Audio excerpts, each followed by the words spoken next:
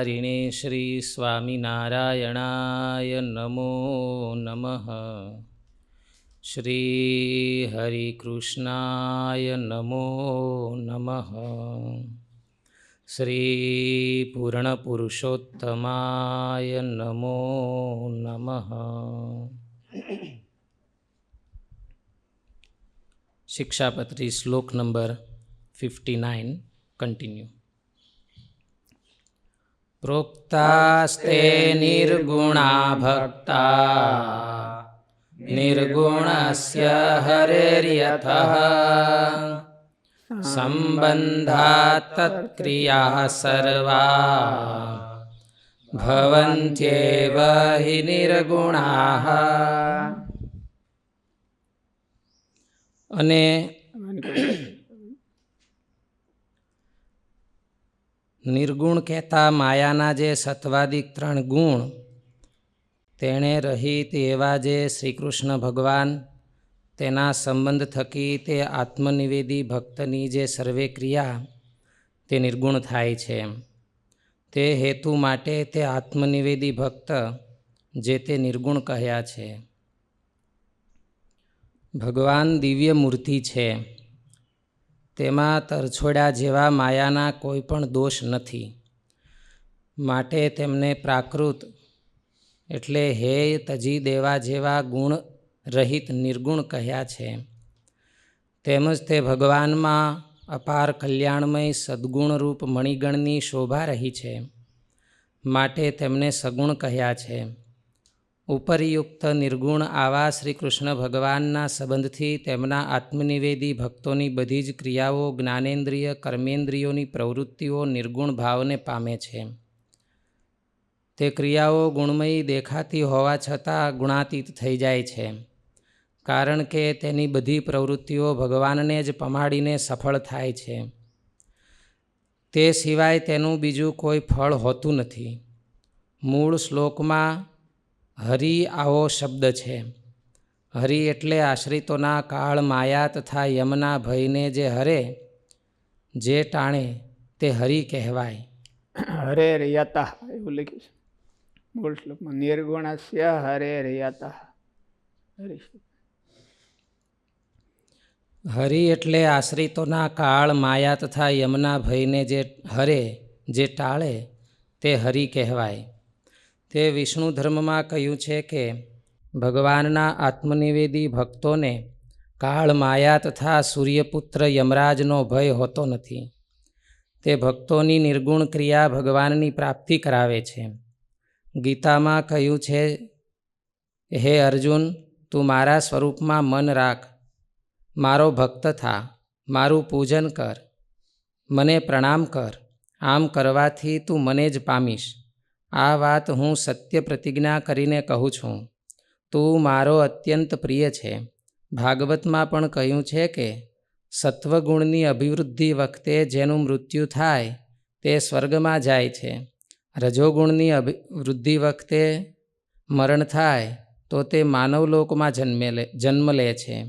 અને તમોગુણ વધ્યો હોય ત્યારે જો પ્રાણ છૂટે તો તે નરકમાં પડે છે.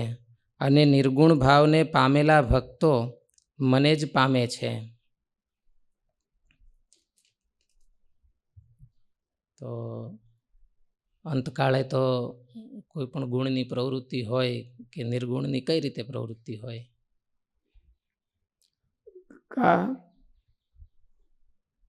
તામસી વૃત્તિ હોય તો ઊંધ મૂંધ થઈને એમણે ભગવાનના ધામમાં વયો જાય, શરીર છોડી દે. રજોગુણી વૃત્તિ આવ્યો, રજોગુણનો પ્રવાહ આવ્યો હોય તો મનમાં સંકલ્પ આ બાકી છે, આ બાકી છે, આ બાકી છે, વલવલાટ કરતો શરીર છોડે તો એ રજોગુણની પ્રવૃત્તિ કહેવાય. અને સત્વગુણની પ્રવૃત્તિ હોય તો કાંઈક એને સારું સૂજે કે આવું સારું કામ કર્યું હોત તો સારું હતું, કે કરવાનું બાકી છે, એવું સત્વગુણ સૂજે. અને નિર્ગુણનો અર્થ એવો છે કે ભગવાનને અર્થે કંઈક કરવું, એને નિર્ગુણ કહેવાય. એટલે ભગવાનને અર્થે કર્યું હોય એ એને યાદ આવે અથવા તો ભગવાન યાદ આવે. ટૂંકમાં તો અંતકાળે તો કર્યું હોય એના કરતાં ભગવાન યાદ આવે તો એ નિર્ગુણ કહે. શું અંતકાળે નથી વાંધો. અંતકાળે ભગવાનની સેવા કરવાની રહી ગઈ છે એવું યાદ આવે તો નિર્ગુણ કહેવાય કે તો બીજો જન્મ લેવો પડે એવું. અંતકાળે ભગવાનની સેવા યાદ કરવાની એમ કે રહી ગઈ મારે તો બીજો જન્મ લેવો પડે. એટલે એ નિર્ગુણ એને કેવી કેવી પણ નિર્ગુણ ન કહેવાય. જન્મ લેવરાવે તો નિર્ગુણ. નિર્ગુણ એટલે મુક્ત. મુક્ત ન કહેવાય. એ અતિ સત્વગુણ કહેવાય. સત્વગુણ કહેવાય એટલે બહુ જાજુ નુકસાન કરે નહીં, પણ જન્મ મરણ તો લેવરાવે. ઇતિહાસો બધા એવું કહે છે. નાનદાસ સ્વામી હતા તો ધામમાં જવાના થયા ત્યારે સ્વામીએ ઠાકોરજી આગળ ઊભા રહીને એવી પ્રાર્થના કરી કે મહારાજ કંઈ અશુભ વાસના તો કાંઈ હતી નહીં પહેલેથી, પણ શુભ વાસના હતી. અત્યારની ભાષામાં કહીએ તો મહારાજની બ્રાન્ડ વધારવી, સંપ્રદાયનું ગૌરવ વધારવું, એવા સારા કામ કરવા. તો સ્વામીએ એવા મોટા મોટા આજે જુનાગઢ મંદિરની પ્રદક્ષિણામાં આરસ પથરાવવાનો, ગણપતિ અને હનુમાનજી એ મંદિરથી નીચે હતા એને લઈને ઉપર લીધા, ઉનાના મંદિર કરાવ્યા. એવી કે સંપ્રદાયનું ગૌરવ વધે અને સંપ્રદાયની બ્રાન્ડ વધે એવા કામ સ્વામીએ કર્યા હતા. અને એ પછી અંતકાળે તો સ્વામી મહારાજ પાસે આવીને એવું કીધું કે હવે એ આજથી મૂકી દીધી. હારી એવી ક્રિયા કે સારું કામ કરવાનું મનમાં એમ બાકી રહી જાય તો વળી પાછું જન્મ મરણ લેવો પડે. આ લોકથી તો મહારાજ કે નિર્વાસનિક થવું ગમે એમ કરીને, આ લોકનું સારું હોય તોય આ લોકમાંથી તો નિર્વાસનિક થવું. એટલે એને નિર્ગુણ તો ન કહેવાય. નિર્ગુણ તો એક ભગવાનની મૂર્તિ સંબંધી જ ઈચ્છા રહે અને એ ધામમાં જવાની ઈચ્છા રહે. મૂર્તિ સંબંધી અહીંયા નહીં, ધામમાં જઈને આપણે મૂર્તિના સેવક થાય એવી ઈચ્છા રહે, એ નિર્ગુણ. અંતકાળે તો ત્યારે એ જ કહેવાય. ચાલુ જીવન દરમિયાન બીજી સારી ઈચ્છા થાય ભગવાનની સેવા કરવાની, જ્યાં સુધી પ્રારબ્ધ આપણું અવશિષ્ટ બાકી હોય ત્યાં સુધી આપણે સારા પ્લાન કરીએ તો એ નિર્ગુણ કહેવાય. ભગવાનને રાજી કરવાના પ્લાન કરીએ, ભગવાનનો સેવક થવાના પ્લાન કરીએ, કંઈક ભગવાનની બ્રાન્ડ વધારવાનો પ્લાન કરીએ તો એ નિર્ગુણ ભાવ કહેવાય. એના સિવાય બીજું બધું હોય તો ત્રિગુણ કહેવાય. પછી સારું કામ હોય, ક્યારેક રજોગુણી હોય, ક્યારેક તમોગુણી હોય, તો એ બધા ત્રિગુણ કહેવાય, ભગવાનના સંબંધવાળાનો કહેવાય. સત્વગુણની અભિવૃદ્ધિ વખતે જેનું મૃત્યુ થાય તે સ્વર્ગમાં જાય છે. રજોગુણની વૃદ્ધિ સમયે મરણ થાય તો તે માનવ લોકમાં જન્મ લે છે. અને તમોગુણ વધ્યો હોય ત્યારે જો પ્રાણ છૂટે તો તે નરકમાં પડે છે. અને નિર્ગુણ ભાવને પામેલા ભક્તો મને જ પામે છે. એટલે ભગવાન ગીતામાં એવું તો કીધું કે નેહાભિક્રમ નાશોસ્તિ પ્રત્યવાયો ન વિદ્યતે સ્વલ્પમપ્યસ્ય ધર્મસ્ય ત્રાયતે મહતો ભયાત. એ જે મહિમા કીધો છે એ નિર્ગુણ ભાવનો મહિમા કીધો છે. નેહાભિક્રમ નાશોસ્તિ, એને સંકલ્પ કર્યો હોય તો પણ એ સંકલ્પનો ક્યારે નાશ ન થાય. ભગવાનની સેવા અથવા તો ભગવાનને રાજી કરવાનો સંકલ્પ કર્યો હોય કે મારે આ બાકી રહી ગયો છે અંતકાળે, તો એ નિર્ગુણ કહેવાય પણ જન્મ લેવરાવે. જેમ ભરતજીને સંકલ્પ ભગવાનની ભજવાનો જ હતો, પણ એને જો પાછું વિઘ્ન આવ્યું તો અંતકાળે ઓલી મૃગલીના બચ્ચામાં હેતરાઈ ગયો તો જન્મ લેવરાવ્યા. ભક્તિ સંબંધી સંકલ્પનો નાશ કાળ કરી ન શક્યો. ભક્તિ સંબંધી એના જે વિચારો હતા એનો નાશ કાળ ન કરી શક્યો. એવી ને એવી એમને જળવાઈ રહી. પાછા જડ ભરતના દેહમાં આવ્યા તો એવી ને એવી વૈરાગ્ય સહિત ભક્તિ કરી. પણ અંતકાળે તો એક ભગવાનની મૂર્તિ સિવાય બીજું કાંઈ ન કરો એવો શાસ્ત્રકારોનો એને નિર્ગુણ કીધું. અને અગાઉથી તૈયારી પણ એવી કરવી, જેને નજીક હોય અમારી ગોળે કહું કે અમારે થોડુંક બાકી છે જાજુ, એને એવી તૈયારી કરવી. જેને નજીક ન હોય એને કાંઈ વાંધો નહીં, એને રાજી કરવાની તૈયારી કરવી.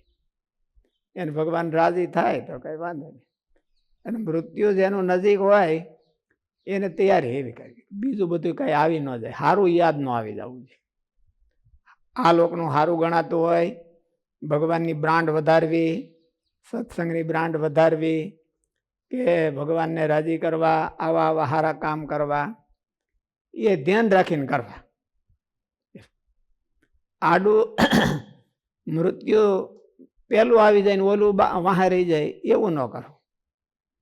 અને કાંઈ કરવાની શરૂઆત કરવી હોય તો મહારાજને કહી દેવાનું કે આ થાય પૂરું ન થાય એનું કાંઈ વાંધો નહીં, પછી આને હાટું રોકી રાખતા નહીં. તો નિર્ગુણ કહેવાય.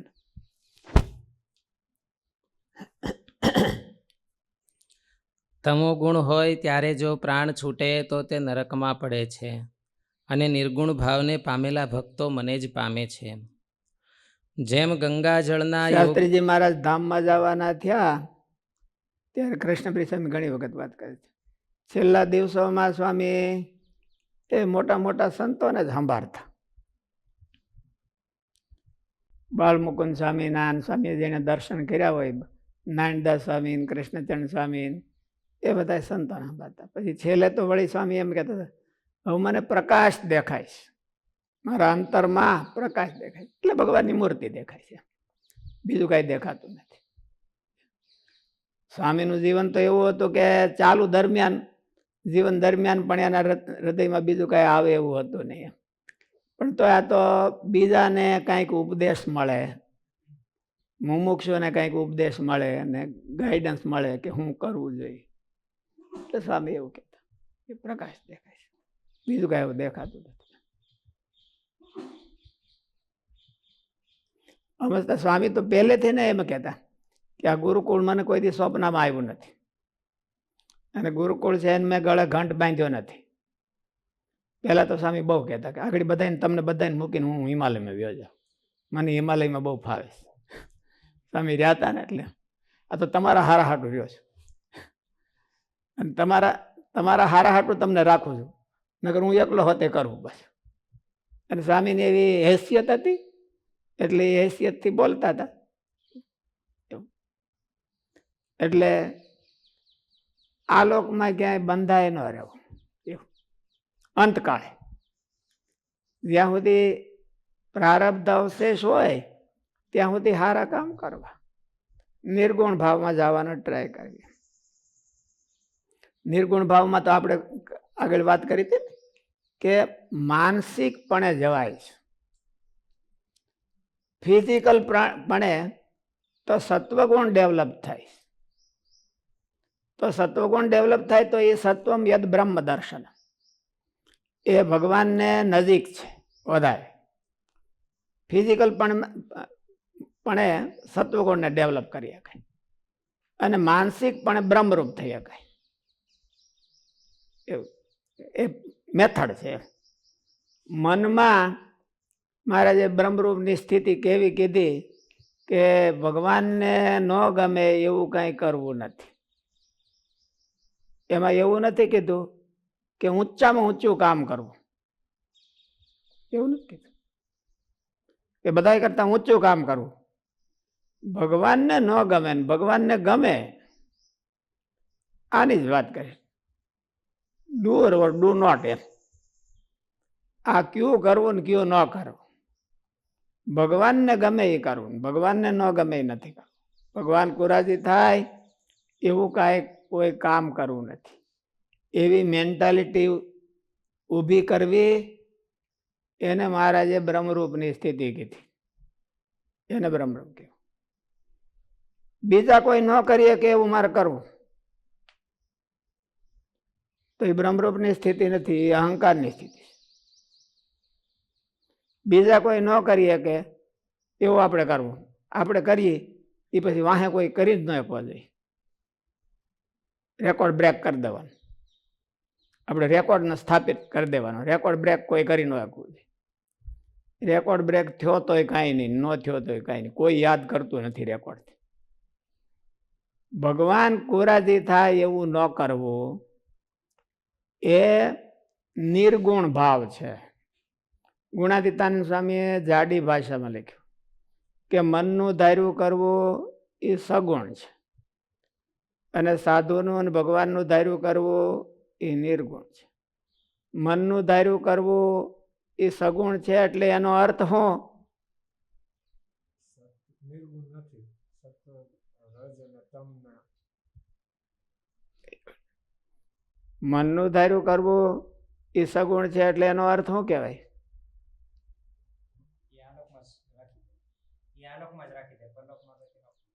શું કહેવાય ભાઈ?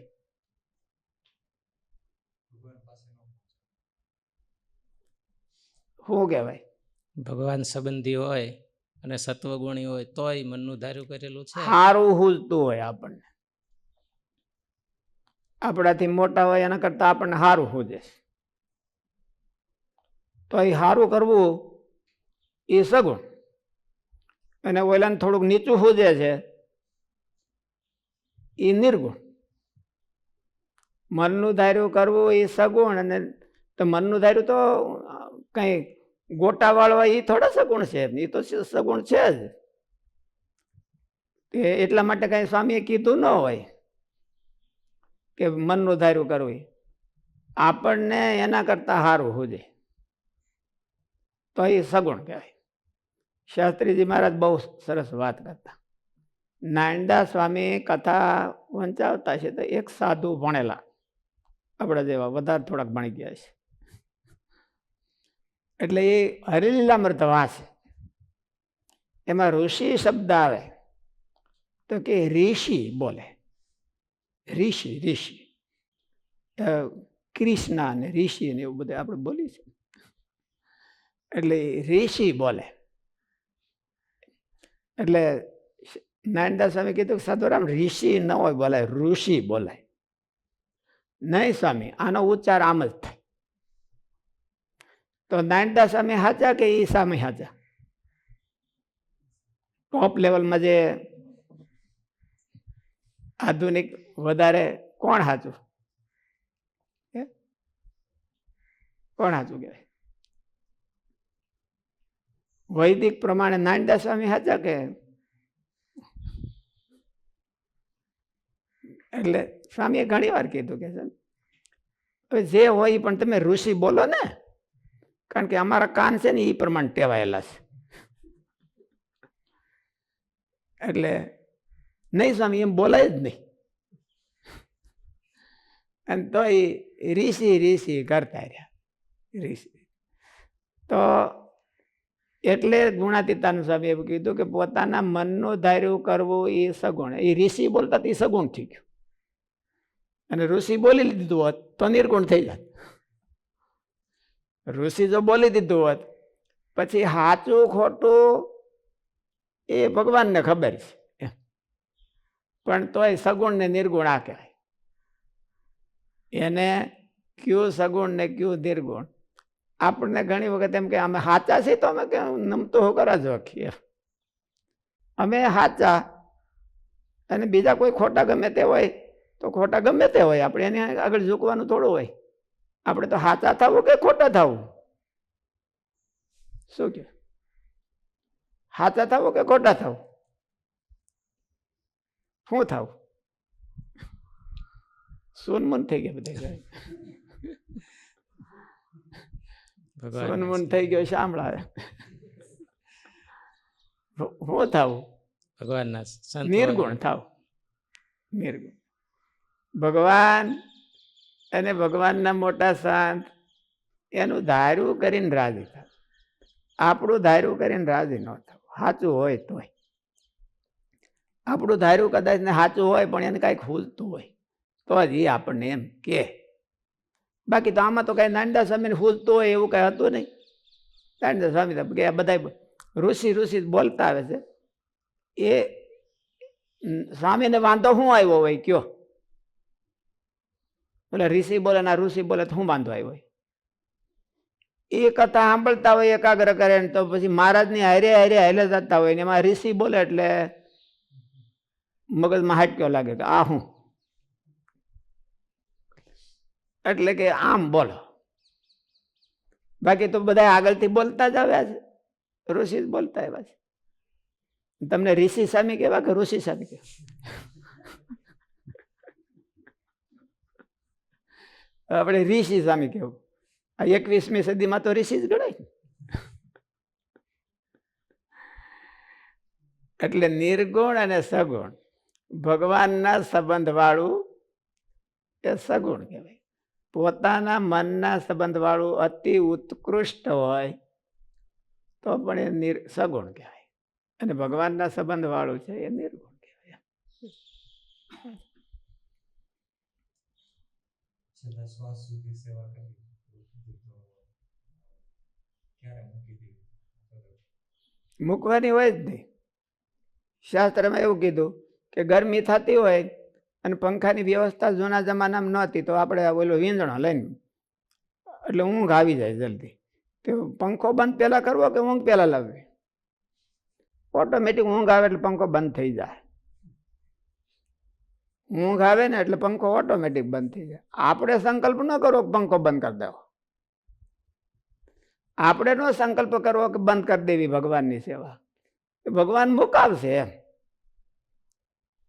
ભગવાન છે એ એની જાણે બધું મુકાવી ઉખેડીને આપણને લઈ જાય એવો સંકલ્પ રાખવાનો. આપણે ભગવાનની સેવામાં ચોંટ્યા રહેવું, ભગવાનને રાજી કરવામાં ચોંટ્યા રહેવું એમ.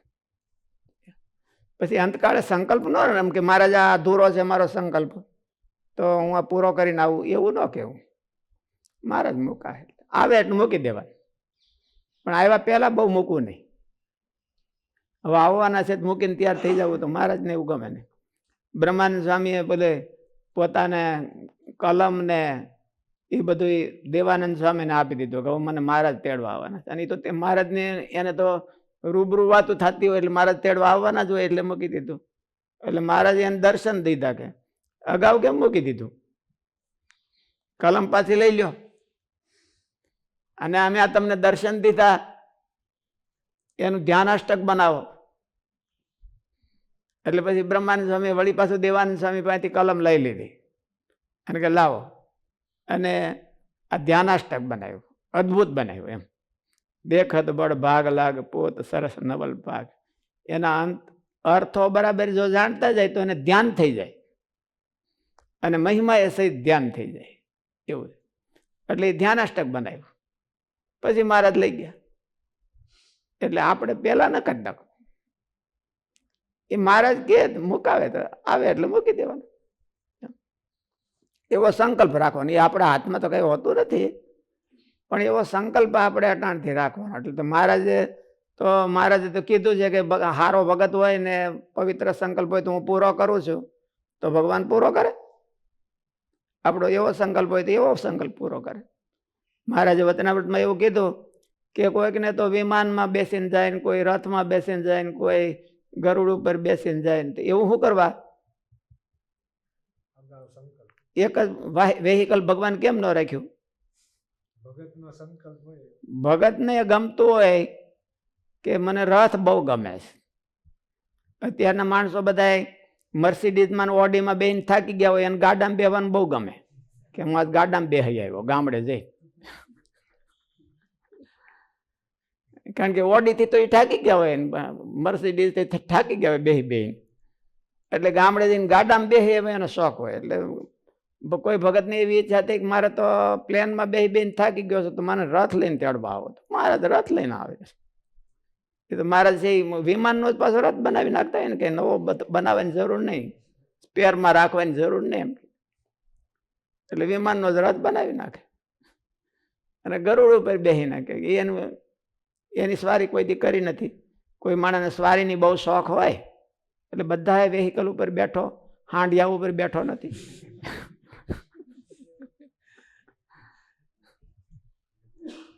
એટલે એવી રીતે બેહે. એટલે એક જણાને કોઈકને એવું થયું કે હાંડિયો ભાગ્યો એટલે કે આ કેની કોર, કે હવે કાંઈ આમાં નક્કી નથી કેની કોર જાય. હાંડિયો કરતો ભાગ્યો છે. એટલે એટલે એવો શોખ હોય ને ભગવાન એવું પૂરો કરે.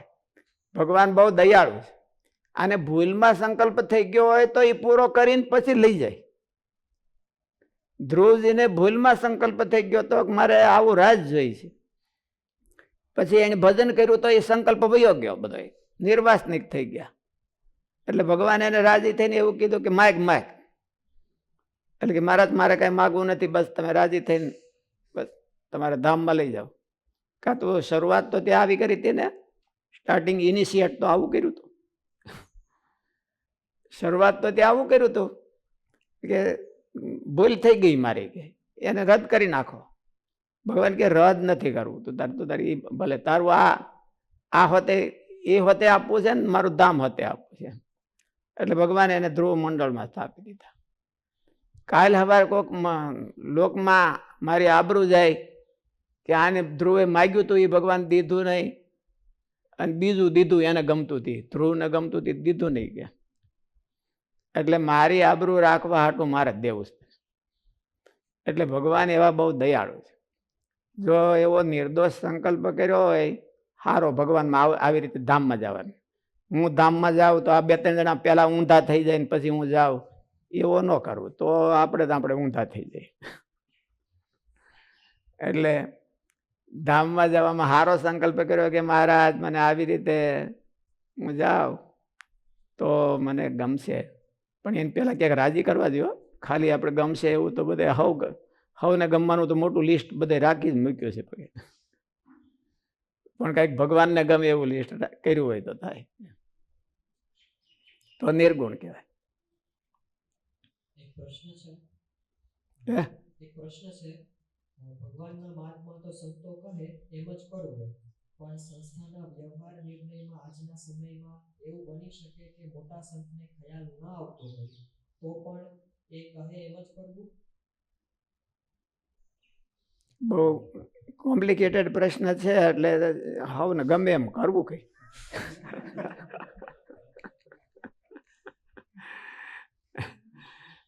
ફરીથી પ્રશ્ન રિપીટ કરો તો વળી પાછું આ એક વિકલ્પ કહી દીધો, બીજો વિકલ્પ હવે કહી.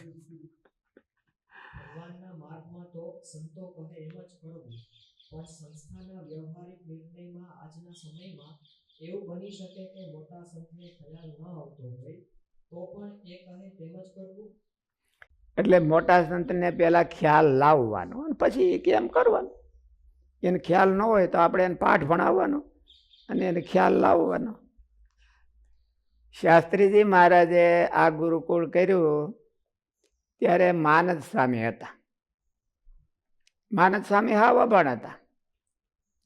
એકડું કાંઈ એક સહી કરતા નહીં આવડતી હોય, જોગી સ્વામીની જેમ જ હતા. પણ સ્વામી પણ ભગવાન હારે વાતો કરે એવા તો હતા. એટલે સ્વામીના મોટા ગુરુભાઈ હતા. સ્વામીને આ ગુરુકુળ કરવું હતું, માનદ સ્વામીને સમજાય નહીં કે આ હું તું કે આપણે વયું જવાનું છે, તો હું સંન્યાસી થઈ જવાનો છો. એટલે કે સ્વામી એવું નથી. પછી ધીરે ધીરે સ્વામીએ સમજાવ્યું કે તો કાંઈ વાંધો નહીં, તો કરો. એટલે એમ એને સમજાવવાનું, પણ કરવું તો એમ જ. એ કેમ એને સમજણ ન આવતી હોય તો સમજાવવાનું, અને કેમ કરી તો વધારે સારું. બીજો એક છે ભરતભાઈનો પ્રશ્ન. મહારાજે વચનામૃતમાં કીધું અંતેયામતી સાગતી, કથામાં હોય કે છેલ્લે બધું ત્યાગ કરવું, અંતકાળે બધું મૂકવું હોય, પણ વચનામૃતમાં કીધું છે કે અંતેયામતી સારું વસ્તુ છે. અંતેયામતી સાગતી આપણે છેલ્લા સુધી પકડી રાખવું એ તો સારી વસ્તુને પકડી રાખવી. આપણા હૃદયમાં ગોટાળા ભર્યા હોય એને પકડી રાખવાની સવાલ નથી. હારી ક્રિયા યજ્ઞો દાનસ તપસ્ચૈવ પાવનાની મનીષિણામ ન ત્યાજ્યાની કદાચના, એવું ગીતામાં ભગવાને કીધું. યજ્ઞો દાનસ તપસ્ચૈવ ન ત્યાજ્યા ઇતિ મે મતિ. ભગવાને એવું કીધું કે મને કોઈ જો પૂછતા હોય તો આવી હારી ક્રિયાઓ છે એ છેલ્લે સુધી કરવી. નવરું ન બેહવું, એનો અર્થ એવો છે. મારે બધું થઈ રહ્યું છે એવું ન કરવું, આપણે બાકી જ છે એમ જાણવું. એટલે હારી ક્રિયા છેલ્લા શ્વાસ સુધી કરવી. એ ભગવાન આવે તો આગ્રહ નહીં રાખવાનો. આ બધા દાખલાઓ આપણા પરંપરામાં તો બનેલા જ છે. ગોપીનાથ પુરાણી સ્વામીને જો ને, મહારાજે દર્શન દીધા, ગુણાતીતાનંદ સ્વામીને, એ બધા સંતોએ દર્શન દીધા અને સ્વામી બરોબર કલ્પતરુની કથા કરતા હતા રાજકોટમાં. મોટી કથા હતી અને એક સ્કંદ બાકી હતો. અને ત્યારે દર્શન દીધા અને ગુણાતીતાનંદ સ્વામી કે સંતોએ કીધું કે હાલો મહારાજ તમને તેડવા આવ્યા છે. આ બહાર બેઠા છે મંદિરને દરવાજે, લઈને આવ્યા છે, તમને તેડવા આવ્યા છે. એટલે સ્વામી જરાક આમ થોથરાઈ ગયા. ગોપીનાથ પુરાણી સ્વામી થોથરાઈ ગયા કે પણ મારે તો આ કથા હાલે છે ને 12મો સ્કંદ મગાવ્યો છે જૂનાગઢથી, કથા અધૂરી રહે. તો પછી મહારાજ એવું કીધું કે સારું ભલે કથા કરીને આવે. અને મહારાજ તરત જ અદ્રશ્ય થઈ ગયા. અદ્રશ્ય થઈ ગયા પછી સ્વામીને તો એટલું બધું વહમું લાગી ગયું કે અત્યંત અસ્વસ્થ થઈ ગયા. કાંઈ બોલી ન હોય કે ઓલું ન કરીએ કે મનમાં પછી ભારે પસ્તાવો થયો કે અરે મહારાજ તેડવા આવ્યા અને મને આ બધું યાદ આવ્યું. તો એ તો સારું જ કામ હતું અને મહારાજના બ્રાન્ડ વધારવાનું કામ હતું. કઈ મહારાજની બ્રાન્ડ, પોતાની બ્રાન્ડ વધારવાનું કામ નહોતું, મહારાજની બ્રાન્ડ વધારવાનું કામ હતું. પછી તો એવી તૈયારી કરી લીધી કે એ બધું પૂરું કરી અને એટલી બધી તૈયારી કરી લીધી કે આગળ મહારાજ આવે તો આગળ જાઓ. અને પછી મહારાજ તેડવા આવ્યા તો વયા ગયા ધામમાં. એટલે હારામાં પણ એવી આસક્તિ નહીં રાખવાની કે મહારાજને બીજી વાર ધક્કો થાય. અને મોળામાં તો વાત છે જ નહીં. એટલે યજ્ઞો દાનસ તપસ્ચૈવ પાવનાની મનીષિણા. એ ગમે એવો મુક્ત થઈ ગયો હોય તો પણ એનું અતિશય દાન કરનારા છે. એમાં એક ઓર સ્ટાર લગાવનારા છે. અતિશય દાનને અત્યારની ભાષામાં કહેવાય કે એક સ્ટાર ઓર લગાવનારા છે. આ વખતે ચાતુર્માસમાં તમે ક્યાંક સારું કામ કર્યું, કોઈ અનુષ્ઠાન કર્યું, કોઈ તપ કર્યું, પછી બીજો ચાતુર્માસ આવ્યો તો બીજો ચાતુર્માસમાં કરો તો ઓર એક સ્ટાર લાગે. તમારી પર્સનલ લાઈફમાં ઓર સ્ટાર લાગે. અને આપણે ધામમાં જવાના હોય, મરી જવાના હોય તોય વાંધો નહીં, છેલ્લે સુધી એક સ્ટાર ઓર લાગે છે. એને કહેવાય અતિશય દાન કહેવાય. એવું ગીતામાં ભગવાન કહે યજ્ઞો દાન તપસ્યા ન ત્યાજ્યા કદાચન. ક્યારે પણ એનો ત્યાગ ન કરી દેવો. પાવનાની મનીષિણામ. એ મનીષીઓને પણ પાવન કરનાર છે. હું આટલો બધો મોટો થઈ ગયો એટલે મારે કાંઈ કરવાનું નહીં, માની લે તો વાત સારી છે, કાંઈ વાંધો નહીં. નિર્વાસનિક પુરુષો હોય ને માને કે આપણે નિર્વાસનિક થઈ ગયા છીએ તો એ માને નહીં. પણ શાસ્ત્રો એવું નથી કહેતા. શાસ્ત્ર એવું કહે છે.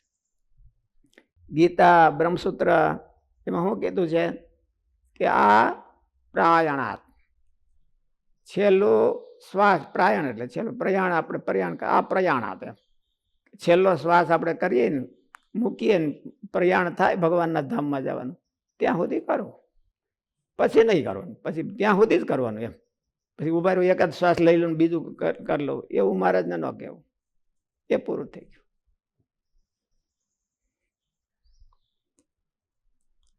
તમોગુણ હોય ત્યારે જો પ્રાણ છૂટે તો તે નરકમાં પડે છે અને નિર્ગુણ ભાવને પામેલા ભક્તો મને જ પામે છે. જેમ ગંગાજળના યોગથી બજારનું પાણી ગંગારૂપ થઈ જાય છે તેમ એક નિર્ગુણ નદિયા એક નાલ કહાવે, मैलो ही नीर भरो, दोनों मिले एक बरन भई सुरसरी नाम छर्यो. ગટર હોય એ ગંગામાં ભળી જાય અને એની લોટીઓ ભરાય ને પાછો ઉત્સવ થાય એનો. તો કોઈ એમ ન કે આ ગટરનું પાણી છે. સુરસરી નામ છર્યો. સુરદાસજીએ દેવતાઓ હોતે અને આચમન કરવા ઈચ્છે ગટરના પાણીને. એટલે માણસનું જીવન છે એ ગટર જેવું છે. અને જો ભગવાનને અર્થે થાય નિર્ગુણ કીધું, નિર્ગુણસ્ય હરેર્યત તત્સંબંધાત ક્રિયા સર્વા ભવંત્ય વહી નિર્ગુણા. તો ભગવાન છે એ ગંગાના પાણી જેવા છે અને એમાં આપણે વધારી પણ ગટરનું જ નાખવું પડે. પ્રવાહ થોડોક મોટો કરવો હોય તો ગટરનું નાખવું પડે કે આપણે ત્યાંથી ક્યાં લેવા જઈએ. પણ તો એ ગંગા ભેળે ગંગા એમ થઈ જાય. એટલે નિર્ગુણ એને કહેવાય. જેમ ગંગાજળના યોગથી બજારનું પાણી ગંગારૂપ થઈ જાય છે તેમ નિર્ગુણ આવા શ્રીહરિના યોગથી ભક્તની ઉપરથી માયિક દેખાતી બધી જ ક્રિયાઓ નિર્ગુણ ભાવને પામી જાય છે. આવું વિષ્ણુ ધર્મોત્તરમાં સાચો જ ભગવાનનો એવો આત્મનિવેદી ભગત થયો હોય તો એની ઉપરની ક્રિયા ભલે એવી દેખાતી હોય પણ તો પણ એ નિર્ગુણ છે. માટે ભગવાન સંબંધી ધર્મ નિર્ગુણ જ હોય છે એ નિશ્ચય છે.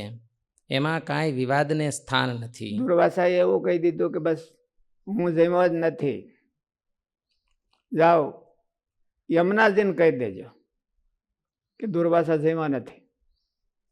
તો યમુનાજીએ માની લીધું. આપણે હોય તો માનીએ નહીં કે ખાંડી એક ખાઈ ગયો અને પછી જમ્યો નથી એવી બણગા ફોકે. એક ખાંડી ખાધું એટલે પણ તોય વિશ્વાત્મા ભગવાનને એકાગ્ર કરીને એકતા કરીને ખાઈ ગયા હતા. એટલે યમુનાજીએ કીધું કે દુર્વાસાએ કાંઈ ખાધું નથી, નિર્ગુણ કીધું. માટે ભગવાન સંબંધી ધર્મ નિર્ગુણ જ હોય છે એ નિશ્ચય છે. એમાં કાંઈ વિવાદને સ્થાન નથી.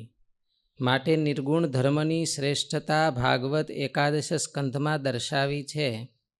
જેમ કે હે ઉદ્ધવ, આ મારો પોતાનો ભાગવત ધર્મ છે. તેનો એકવાર આરંભ થઈ ગયા પછી કોઈ પણ વિઘ્ન તેમાં ફરક પાડી શકતું નથી. કારણ મારી રિસ્પોન્સિબિલિટી છે, મારી માન્યતા છે, મારો સિદ્ધાંત છે, મારે કર્તવ્ય છે, આવું છે. એ જો કોઈક સમજીને એમાં ટેકો દે તો એ નિર્ગુણ થઈ જાય. એને કોઈક પકડી લે તો એ નિર્ગુણ થઈ જાય. ટ્રેક્ટરને સાયકલ વાળો પકડે તો મને ભાગવા એની ઘોડે, એને કોઈક પકડી લે તો એ નિર્ગુણ થઈ જાય. આ મારો પોતાનો ભાગવત ધર્મ છે. તેનો એકવાર આરંભ થઈ ગયા પછી કોઈ પણ વિઘ્ન તેમાં ફરક પાડી શકતું નથી. કારણ કે આ ધર્મ નિષ્કામ છે. તે નિર્ગુણ હોવાથી સ્વયં મેં જ સર્વોત્તમ નિશ્ચય કર્યો છે. માટે જ આત્મનિવેદી ભક્તોને ભગવાને નિર્ગુણ કહ્યા છે અને તેના ભક્તિ જ્ઞાનાદિક પણ નિર્ગુણ છે એમ સમજવું. બીજાનો વૈરાગ ને એનો વૈરાગ બે હરખાનો કહેવાય. એવું નિષ્કુળાનંદ સ્વામીનો વૈરાગ ને ભરતુહરીનો વૈરાગ બે હરખાનો કહેવાય. શું કરવાને કે આના વૈરાગ ને મહારાજનો સંબંધ છે. પછી ભરતુહરીજીનો વૈરાગ ભલે એવડો મોટો, નિષ્કુળાનંદ સ્વામી તો એક જ ઘરવાળા મૂક્યા હતા, ભરતુહરીએ તો 1600 મૂક્યા હતા. પણ આનો વૈરાગ ને એનો વૈરાગ બે હરખાનો કહેવાય. આને ભગવાનનો સંબંધ છે એટલે આનો વૈરાગ છે એ નિર્ગુણ થઈ ગયો. ઓલાનો વૈરાગ છે એ સત્વગુણી રહે. એ નિર્ગુણ ન થાય.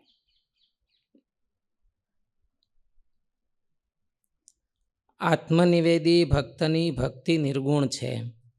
આવું ભાગવતના તૃતીય સ્કંધમાં કહ્યું છે. જેમ ગંગાનો પ્રવાહ અખંડ રૂપે સમુદ્ર તરફ વહે છે, તેમ મારા ગુણોને સાંભળવા માત્રથી મનની ગતિ તેલની ધારની જેમ અવિચ્છિન્ન રૂપમાં સર્વાંતર્યામી મારા સ્વરૂપમાં સ્થિર થઈ જાય છે. તથા મારા સ્વરૂપમાં નિષ્કામ અને અનન્ય પ્રેમ થવો તે નિર્ગુણ ભક્તિયોગનું લક્ષણ છે. આત્મનિવેદી ભક્તોના જ્ઞાનાદિ અનન્ય પ્રેમ થવો એ નિર્ગુણ કહેવાય. ભગવાનમાં ખાલી પ્રેમ થવો એ નિર્ગુણ એટલું નહીં, પણ અનન્ય પ્રેમ થવો જોઈએ. બીજે ઉખડી જવો જોઈએ અને એક ભગવાનમાં થવો જોઈએ, ત્યારે એ નિર્ગુણ કહેવાય. મારા સ્વરૂપમાં નિષ્કામ અને અનન્ય પ્રેમ થવો તે નિર્ગુણ ભક્તિ યોગનું લક્ષણ છે. આત્મનિવેદી પ્રેમની બે વિશેષણતા આપી છે. એક તો નિષ્કામ હોવો જોઈએ ને એક અનન્ય હોવો જોઈએ. નિષ્કામ એટલે આપણે ભગવાનને કાંઈ સમર્પણ કરીએ પણ પાછી કાંઈક ઈચ્છા હોવી ન જોઈએ.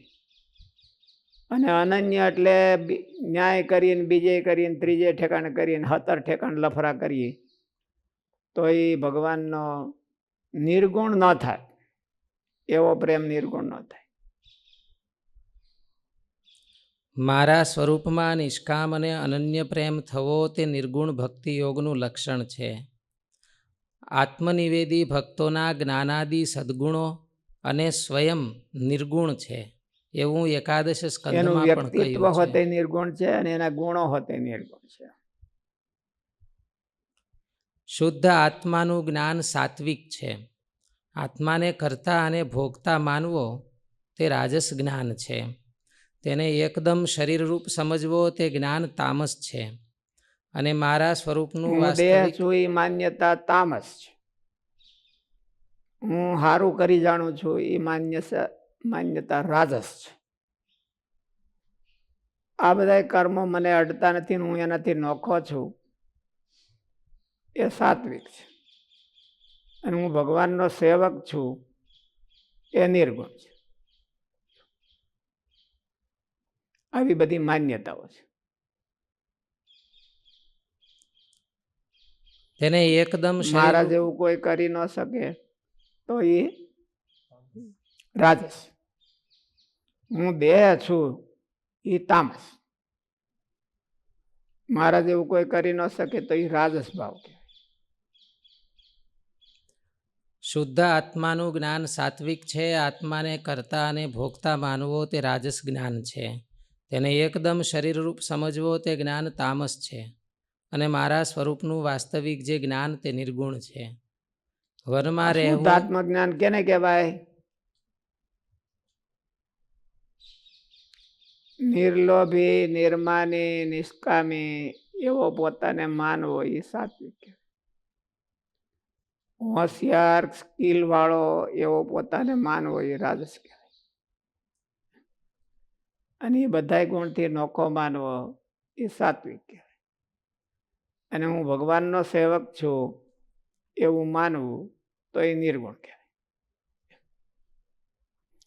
મનનિષ્ઠમ તો નિર્ગુણમ કૈવલ્યમ સાત્વિકમ જ્ઞાનમ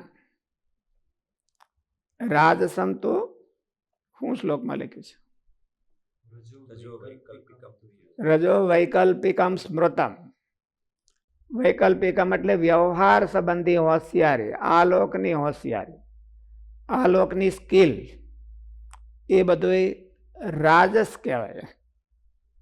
કૈવલ્યમ સાત્વિકમ જ્ઞાનમ રજો વૈકલ્પિકમ સ્મૃતમ પ્રાકૃતમ તામસમ. પ્રાકૃતમ. પ્રાકૃત એટલે દેહભાવ. દેહભાવ આમ કરી તો આમ થાય ને આમ કરી તો આમ થાય, નકરું કેલ્ક્યુલેશન કરી રાખે તો તામસ કહેવાય. અને મનનિષ્ઠમ તો નિર્ગુણમ. મનનિષ્ઠમ એટલે મારા સંબંધી. મારા સંબંધી એટલે મારા સેવકપણાનું જ્ઞાન હોય, એને પોતાને સેવકપણાનું અભિમાન હોય તો એ નિર્ગુણ કહેવાય. હોશિયારીનું અભિમાન હોય તો રાજસ કહેવાય. ખાલી દેહ ભાવ જ હોય તો તામસ કહેવાય.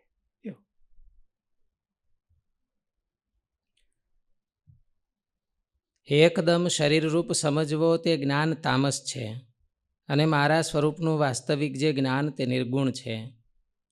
વનમાં રહેવું તે સાત્વિક વાસ છે, ગામમાં રહેવું તે રાજસ છે, જુગારીને ત્યાં રહેવું તે તામસ છે અને મારા મંદિરમાં રહેવું તે નિર્ગુણ વાસ છે. સત્સંગમાં રહેવું એ નિર્ગુણ છે. હિમાલયમાં વ્યુ જવું એ સાત્વિક છે. ભાગીને ભીંવો પડ્યો હોય તો પાછું સાત્વિક કેવું કે કેમ એ મોટો સવાલ છે. આપણે અહીં ભીહાણા એટલે વીજળીવાળામાં ભીંવો પડ્યો અને ભાગ્યા ત્યાંથી થેલો ખંભે લઈને, તો પછી એને કયું કેવું એ તો બહુ ભગવાન નક્કી કરે. રામ રખો રાજ્યા એટલે ભગવાન નક્કી કરે. પણ હિમાલયમાં રહેવું એ સાત્વિક છે અને હૈદરાબાદમાં રહેવું એ રાજસ છે. હૈદરાબાદમાં સિટી છે, મેટ્રોમાં રહેવું એ રાજસ કહેવાય. મેટ્રોમાં રહેવું એ રાજસ છે અને સત્સંગમાં રહેવું એ નિર્ગુણ છે. મન નિકેતનમ તો નિર્ગુણમ, મન નિકેતનમ તો નિર્ગુણમ. ભગવાનને રહેવાનું ઠેકાણું કયું? તો સત્સંગ. સત્સંગમાં હું રહું છું એવું ભગવાને કીધું છે. એટલે સત્સંગમાં સત્સંગના સિદ્ધાંતો પ્રમાણે રહેવું તો નિર્ગુણ વાસ કીધો છે. પછી મેટ્રોમાં રહી તોય મુંબઈ, બેંગ્લોર, હૈદરાબાદ એ બધા મેટ્રો, અમદાવાદ, રાજકોટ મેટ્રો થતું જાય છે. એટલે બધે વચ્ચે આવી ગયા હોય એ મેટ્રોમાં ગણાય પાછા. એટલે મેટ્રોમાં રહેવું તોય નિર્ગુણ થઈ જાય, સત્સંગમાં રહ્યા હોય તો.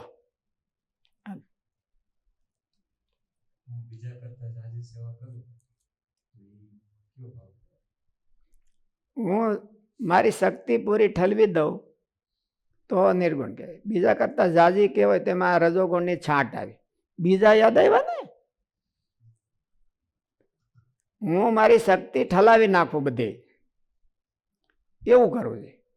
કોમ્પિટિશન કરવાની તો કોની હારે કરવાની?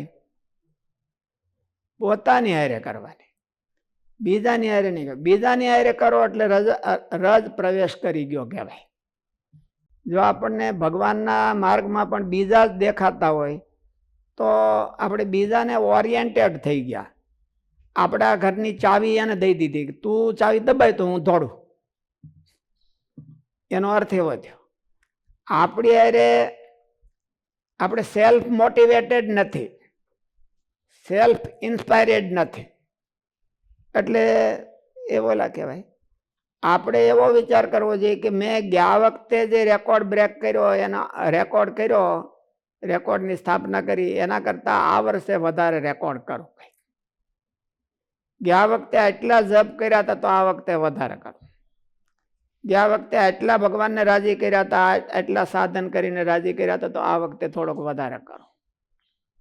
એવો પોતાનો રેકોર્ડ તોડે તો નિર્ગુણ કહેવાય, એમાં વાંધો નહીં, તો એ ભક્તિ કહેવાય. પણ બીજાનો રેકોર્ડ તોડે તો થોડોક રજોગુણ કહેવાય. એટલે એમાં રાજસ ભાવ પ્રવેશ કર્યો. એમાંથી ક્યારેક ઈર્ષામાં વયો જાય. બીજાનું જોઈને કરતો હોય અને ઇન કેસ પૂગી જાય તો કાંઈ વાંધો નહીં, ન પૂગે તો પછી ઈર્ષામાં જાય. ઘમંડનો સ્વભાવ એવો છે, ઘમંડ પોતે જ રાજસ છે. ઘોર કીધું છે મહારાજે, ઘોર કીધું છે. અહંકારને ઘોર. ઘોર એટલે હું? ઘુમાડા મારી રાખે, કેની કોર જાય એની દિશા કોઈ ન નક્કી કરી શકે. વંટોળિયો આવ્યો હોય તો આમ જ જાય એવું થોડું હોય. આ બધા નથી ઓલું બધા નક્કી કરે છે કે ભાઈ અહીંથી અહીંયા આવશે ને અહીંથી આવે છે, પછી ઓલો નીકળ્યો ક્યાંય ન ક્યાંય હોય. એટલે વંટોળિયાનું નક્કી ન કહે. વંટોળિયા જેવો અહંકાર વંટોળિયો છે. એ હું એમ કરે. કાલે મારે આવ્યું હતું ભણવામાં, હું એનું મંત્ર ઔષધિ રુદ્ધવીર્ય એમ મંત્રને ઔષધિ મારી અને હર બોલો બરાબરનો કોબરા હોય એને કેદ કર્યો હોય તો અને ડબ્બામાં પૂર્યો હોય તો ડબ્બાને ગજાવ એમ ગજાવે. એટલે અહંકાર એવો છે. એટલે અહંકારમાં બીજાને એન્ટર નહીં થવા દેવાના. અહંકારને આપણે મારા જ હારે જ રાખવાનો કે ગયા વખતે કર્યું તો એના કરતા મારા જ આ વખતે કંઈક થોડુંક વધારે કરી દઈશ. ઋષિ સ્વામી કરતા વધારે કરી દે એવું નહીં, મંત્ર સ્વામી કરતા વધારે કરી દે એવું નહીં, મારા કરતા વધારે કરી દે તો એને જીનિયસ કહેવાય. પોતાની શક્તિને વધારવી એને જીનિયસ કહેવાય. અને લાંબો ટાઈમ એવી રીતે કરી રાખે. 40-50 વર્ષ તમારે હજી છે બધાને સત્સંગમાં, અને 50 બ્રેક કરો તમે, 50 રેકોર્ડ બ્રેક કરો તો ક્યાં પોગી જવાય? અધા થઈ જાય, અયો થઈ જાય. એટલે એટલા બધા તો કરવાય નહીં. પણ બીજાના બહુ રેકોર્ડ બ્રેક કરવા જાય તો આમાં જો બેલેન્સ રહેતું હોય તો કરે તો વાંધો નહીં. એને બેન્ચ માર્કિંગ કીધું છે, એને બેન્ચ માર્કિંગ કીધું કે આ, પણ બેન્ચ માર્કિંગ કેને કીધું? હે, ખાલી એઝ અ રેફરન્સ લે. રેફરન્સમાં માઇનસ રેફરન્સ લે કે એ આ વાતમાં આગળ છે અને હું એ વાતમાં માઇનસ છું, તો મારે માઇનસ ભાગ પૂરો કરવો હોય તો એટલા પૂરતું જ એને બેન્ચ માર્કિંગ કીધું. કોમ્પિટિશનને બેન્ચ માર્કિંગ નથી કીધી. હું એનાથી આગળ વધી જાઉં એને બેન્ચ માર્કિંગ નથી કીધું. પોતાનો માઇનસ ભાગ છે એને દૂર કરવા માટે કોઈક આપણા કરતાં બેટર હોય એનો એમાંથી કંઈક ઉપદેશ લઈને આપણે કંઈક કરીએ, ગાઈડન્સ લઈને કરીએ તો એને બેન્ચ માર્કિંગ કહેવાય. બેન્ચ માર્કિંગ કરી શકાય, પણ કોમ્પિટિશન ન કરે તો એ વધારે સારું. એવું મોક્ષ માર્ગમાં કીધું છે. કોમ્પિટિશન કરવી હોય તો પોતાની કરવી. જો પોતાને બહુ ઓલો આવતું હોય, વળ આવતો હોય તો પોતાની કોમ્પિટિશન કરવાની કે ગયા વખતે મારો જે રેકોર્ડ છે એને આ વખતે બ્રેક કરવો છે. ગયા 6 મહિનામાં જે રેકોર્ડ કર્યો એને આ વખતે આ 6 મહિનામાં બ્રેક કરી લો. એવી રીતે ગયા મહિનામાં, ગયા અઠવાડિયામાં અને ગઈકાલનો એવું કરું તો એને હરીફાઈ ન કરી કહેવાય અને એ હેલ્ધી કહેવાય. તો એ નિર્ગુણ હોતે કહેવાય. મહારાજને રાજી કરવા માટે એવું કરતા હોય તો એ નિર્ગુણ કહેવાય. પણ બીજાને હારે લઈને કરીએ તો એમાં થોડોક રાજસ ભાવ કહેવાય.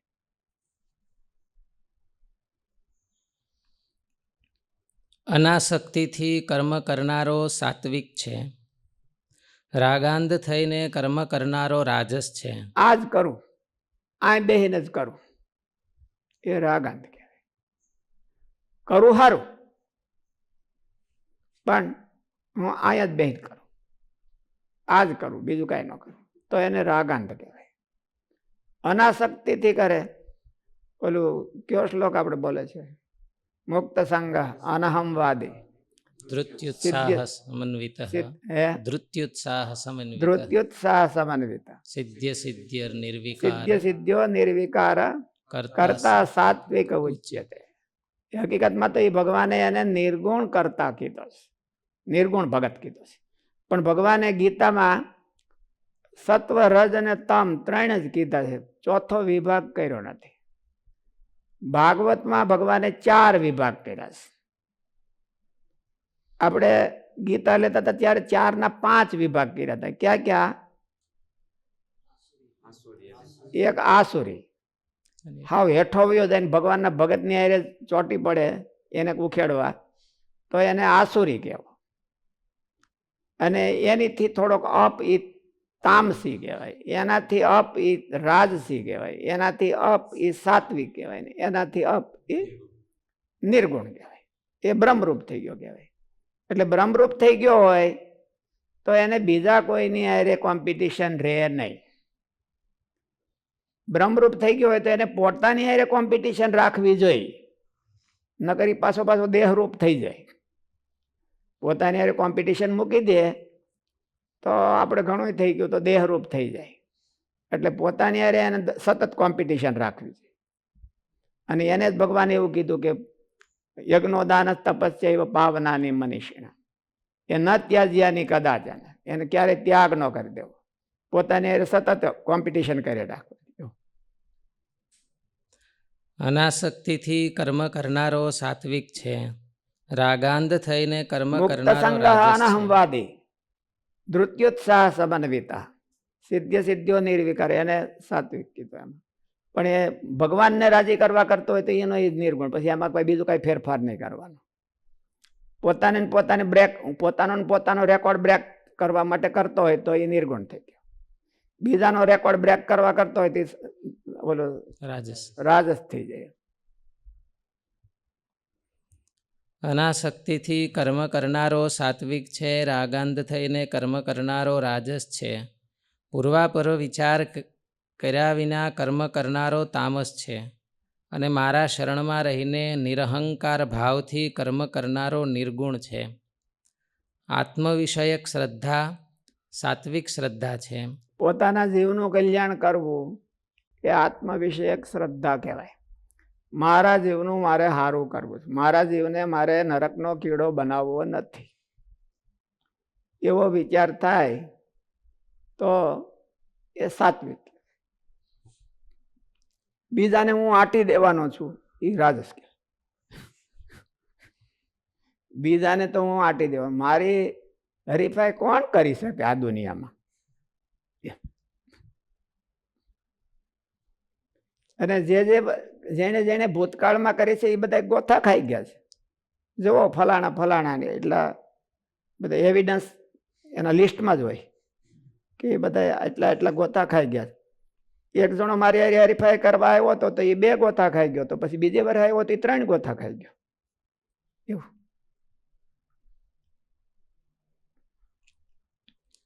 આત્મવિષયક શ્રદ્ધા સાત્વિક શ્રદ્ધા છે, કર્મ વિષયક શ્રદ્ધા રાજસ છે, અધર્મમાં શ્રદ્ધા તામસ છે, અને મારી સેવામાં જે અધર્મમાં હોતે માણસને શ્રદ્ધા હોય છે, કુસંગમાં શ્રદ્ધા હોય એ અધર્મમાં શ્રદ્ધા કહેવાય. કુસંગમાં હોતે શ્રદ્ધા હોય છે જ નહીં.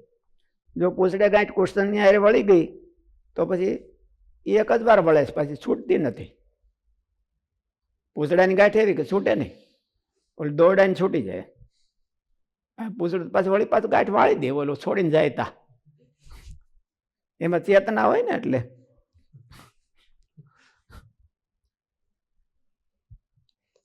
એટલે કુસંગમાં શ્રદ્ધા એ તામસી શ્રદ્ધા છે. આમ તો આસુરી શ્રદ્ધા કહેવાય, પણ તામસી જે કઈ ભગવાનના ભગતની હારે કઈ બહુ વાંધો ન આવ્યો હોય તો તામસી. આત્મવિષયક શ્રદ્ધા સાત્વિક શ્રદ્ધા છે, કર્મ વિષયક શ્રદ્ધા રાજસ છે, અધર્મમાં શ્રદ્ધા તામસ છે, અને મારી સેવામાં જે શ્રદ્ધા તે નિર્ગુણ છે. મને રાજી કરવાની કોઈકને શ્રદ્ધા જાગે. મારા જે વતનામૃતમાં 2-3 ઠેકાણે એવું લખ્યું કે ભગવાનને અતિશય રાજી કરવા હોય એનું સાધન હું. અતિશય મહારાજે કેવું યાદ આવ્યું. મહારાજને બહુ એવી ઈચ્છા હતી ને એટલે મહારાજને યાદ આવે કે અતિશય રાજી કરવા હોય તો એના માટેનું આવું સાધન.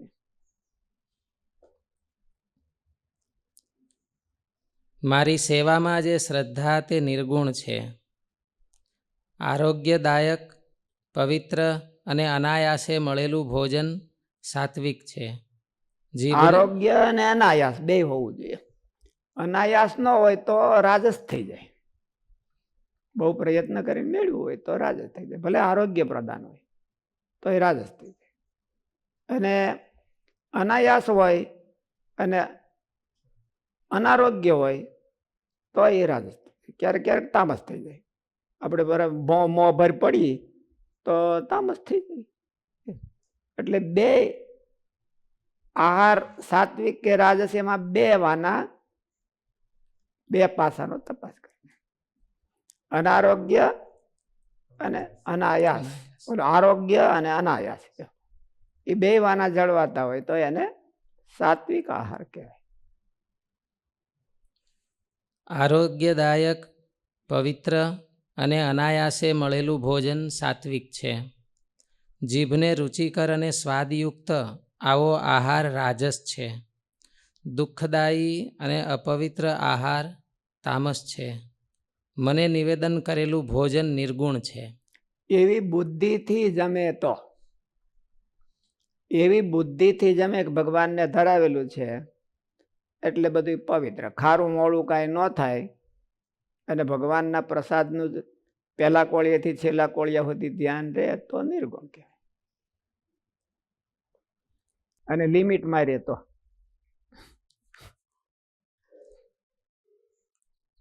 આત્મચિંતનથી પ્રાપ્ત થયેલું સુખ સાત્વિક છે. વિષયોથી મળેલું સુખ રાજસ છે. અજ્ઞાન અને દીનતાથી થયેલું સુખ તામસ છે.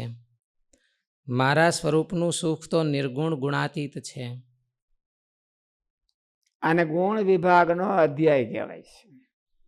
નિષ્કુળાનંદ સ્વામી ભક્ત ચિંતામણીમાં 64મા પ્રકરણમાં લખ્યો છે.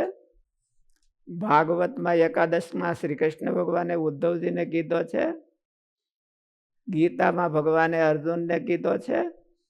એને ગુણ વિભાગનો અધ્યાય કહેવાય. પાંચરાત્રમાં તો સ્વધર્મમાં નિષ્ઠાવાન, અનન્ય ભક્તિયુક્ત અને તેથી જ જ્ઞાન તથા વૈરાગ્ય સંપન્ન સંતોને એકાંતિક ભક્ત કહ્યા છે. જેમ કે સ્વધર્મ, જ્ઞાન અને વૈરાગ્ય રૂપ આભૂષણોથી અલંકૃત આવી અનન્ય ભક્તિને પતિવ્રતાની જેમ જે કરે છે તે જ ભગવાનના એકાંતિક ભક્ત કહેવાય છે. ભગવાનના સંબંધવાળા. ભગવાનના એકાંતિક એટલે એકાંતિકનો અર્થ પણ એવો છે, એક આંતિક, એક જ ભગવાનમાં સંબંધ, એને એકાંતિક કહેવાય. કાલની કથામાં એક પ્રશ્ન છે કે અર્જુન અને ગોપીઓ બંને ભગત હતા. ગોપીઓમાં 100% તદર્થતા દેખાય છે અને અર્જુન છે તેને ભગવાનને મિશન માટે ક્યારેક ભગવાનને મોટિવેશન આપવું પડતું હતું ભગવાનને. તો ગોપીઓ શું અર્જુન કરતા મોટા ભગત છે? અને બીજું કે ગોપીઓ ભગવાનના મિશનમાં કઈ રીતે ઉપયોગમાં એવા? ગોપીઓ ભગવાનના મિશનમાં ઉપયોગમાં એનો ટાર્ગેટ નથી. ગોપીઓનો અનન્ય પ્રેમ હતો ભગવાનમાં. અનન્ય પ્રેમ કેને કહેવાય? તો આપણે એક દી વાત કરી હતી ને, તર્પણેચ્છા અને આદિચ્છા. ભગવાનથી દૂર થાય તો એનો જીવ રહે નહીં, એને આદિચ્છા કહેવાય. વિરહ જ્ઞાન, વિરહ ભાવ. અને તર્પણેચ્છા, ભગવાન ને કોઈ પણ રીતે રાજી કરવા, એટલે એની તર્પણેચ્છા હતી. એ પૂર્ણ કક્ષામાં ગોપીઓમાં હતી, એટલે ગોપીઓનો પ્રેમ ભગવાનમાં. ગોપીઓએ કાંઈ ભગવાનના મિશનનું કાર્ય કર્યું એવું શાસ્ત્રમાં કીધું નથી, પણ એમાં બધું આવી ગયું. ભગવાનની જે ભગવાનમાં અનન્ય પ્રેમ થઈ ગયો.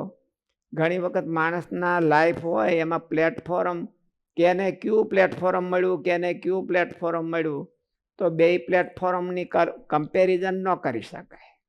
ગોપીઓનું પ્લેટફોર્મ અને અર્જુનનું પ્લેટફોર્મ લાઈફનું એ બે અલગ છે.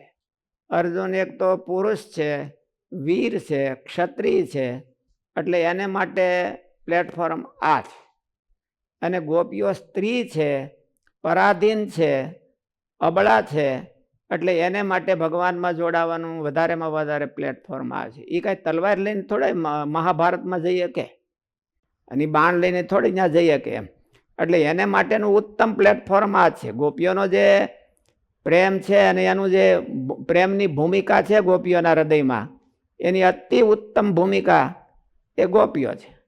અને ભગવાનનું મિશન કાર્ય કરવામાં અતિ ઉત્તમ ભૂમિકા અર્જુનની છે. એ બેને નોખું નોખું છે, પણ ભગવાનની હારે જોડાયેલા એ બે છે. એમાં શ્રી કૃષ્ણ ભગવાનની હારે જોડાણ છે, એમાં એકેયનું કાંઈ ઓછું કહેવાય નહીં.